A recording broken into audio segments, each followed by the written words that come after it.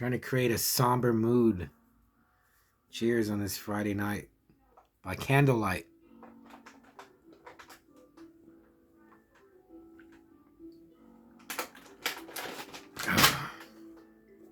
Whoa.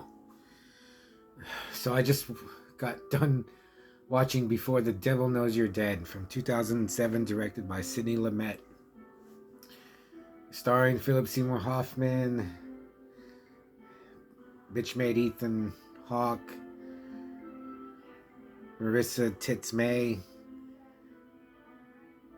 Albert Finney, and Aunt May from the Tobey Maguire Spider-Man movies.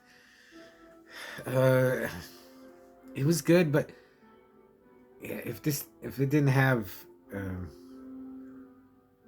PSH, I wouldn't have watched it. But he made it great. I actually think I like Most Wanted Man better, but Before the Devil Knows You're Dead was pretty good, but it was totally depressing and disgustingly sad and somber, and it just wallows in misery. And I try not to watch movies like this anymore, but Philip Seymour Hoffman was great in it. If you haven't seen it, the first... Let's get some more candle. The first thing you see is PSH ass banging Marissa Tomei, and it's like porn level. No, you don't see penetration or genitalia, but it looks like they're banging. And if you've never seen the PSH naked, you get to see him naked here. And I didn't know it was Marissa Tomei at first. That's right in the beginning. I need another shot because of that. After witnessing that. The story is PSH plays Andy. Ethan Bitchmade Hawke is Hank. They're brothers. They both have financial woes. So Andy thinks up the idea to rob their parents' jewelry store.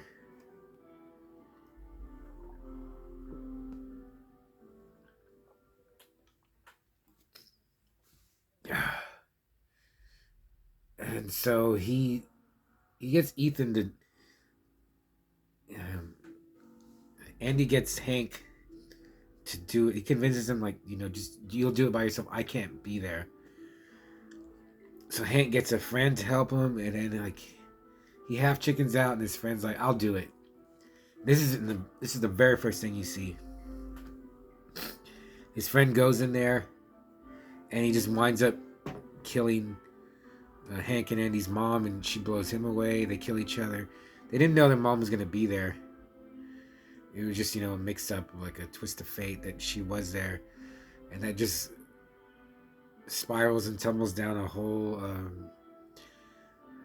stairway of misery for everyone in the movie.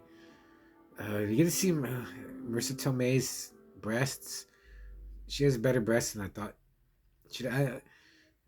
I do think she's prettier now. I always thought she looked weird when she was young. Not weird, but she just had such a round, cute face. I never saw her sexually, but you'll see her that way in this. As usual, Philip Seymour Hoffman is stellar. He's the best. Even though he's a total scumbag, piece of garbage, he's still compelling.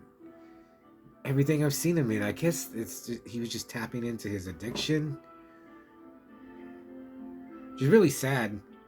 But he's so good, and if you like him and you haven't seen this, definitely see it. This is directed by Sidney Lumet, who did Serpico, Dog Day Afternoon, 12 Angry Men, which I remember seeing in an English class. I'm thinking he was really good. This is leaps and bounds away from that. Albert Finney is in here. What I know him most from is Wolfen, and I read I was reading reviews. It's he's kind of like overacting here. He's just like wide eyed and mouth agape the whole time, and then I was all, he is like he has his mouth open through half the movie. Again, Philip Seymour, Philip Seymour Hoffman is the best. At the end, he turns into like a spree killer at the end. I mean, it doesn't kill like dozens of people, but he just starts killing and just and you see it. It's like he has to do it, or he like he reasons that he has to do it, but he can't. But he does it. So yeah, he's the best. He doesn't have an outburst like he does in. I mean, he has a great scene in a car with Mr. Tomei, but he doesn't have like a crazy outburst like he does in A Most Wanted Man and um, Punch Drunk Love. Punch Drunk Love. If you haven't seen Punch Drunk Love, just watch the scene where he's cussing out Adam Sandler on the phone. That just is the best. But he's yeah. Um,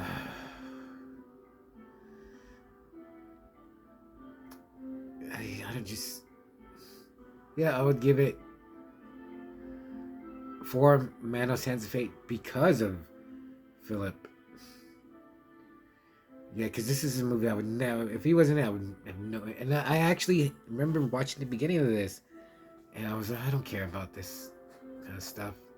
And I guess I still don't, but because he's in it, my friend told me he's in Along Came Polly, and I was like, he is. I was like, he's so funny, and I was like, I want to see it. I want to see him being funny now. What else? I give it 4 Hands of Fate. Um, silly Lamette. Yeah, he's a good director, and this is a good story. I get. Oh yeah, spoilers. It says just the ending of bringing out the dead, which kind of cheapened it for me. Like I was, oh man, because they talk about how good the script is, and I was like, yeah, it is good. And they do the thing where like they show different scenes from different angles and different viewpoints. So that's cool. Got a little. This is solid 2 hours, and I was like, damn. I guess the writer felt he had, and the director felt they had to play him out as they did. But I mean, they could have cut out at least 20 minutes. But yeah, and then the writer he saw Bringing Out the Dead and just had to steal that ending. And I was hey, what's up, Video Massacre? I was conversing with him today, and I wanted to mention this in other reviews, and now I feel we have to mention this. I was reading these Daredevil comics, and in like 6, 7, 8 issues, there's I read it as a trade. There's moments of levity and humor that were so good. And I was telling Video Massacre that I've read so many books, comics, watched movies, totally humorless. Yeah, there's no humor in. Well, I guess there's humor where there was some slightly funny parts that were not meant to be. I don't think they were meant to be funny, but I thought they were funny. But there's nothing in here that's. I don't think there was anything in here that they wanted it to be funny and it came out funny. It just happened accidentally. Because being funny is just really hard. And Daredevil showed me, or Daredevil reminded me that, hey, you can be funny in a really serious thing. But it's just, and that's just that's a total nitpick. But it's just something I thought of. But if you want to be, if you just want to, if you want to be brought down and like have a real downer of a movie watching experience, watch Before the Devil Knows You're Dead. I don't know why you'd want to do that. less, for Philip Seymour Hoffman. So, Philip, we miss you. Uh, we'll think about you and we'll watch your movies and I'll take a drink. It's the weekend and we're drinking, we're movie watching, reading comics, and all that.